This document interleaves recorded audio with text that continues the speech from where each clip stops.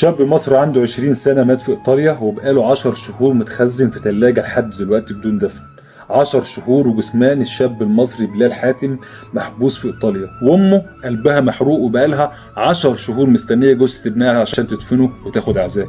بلال ابن المنيا اللي لسه ما كملش 20 سنة، حكايته بدأت في مايو اللي فات في روما. الحادث كان سقوط من مبنى عالي في ظروف غامضة، والنتيجة كانت قضية جنائية معقدة خلت النيابة الإيطالية بترفض تسليم جثمانه بحجة استكمال الفحوصات والشكوك إنها بفعل فاعل.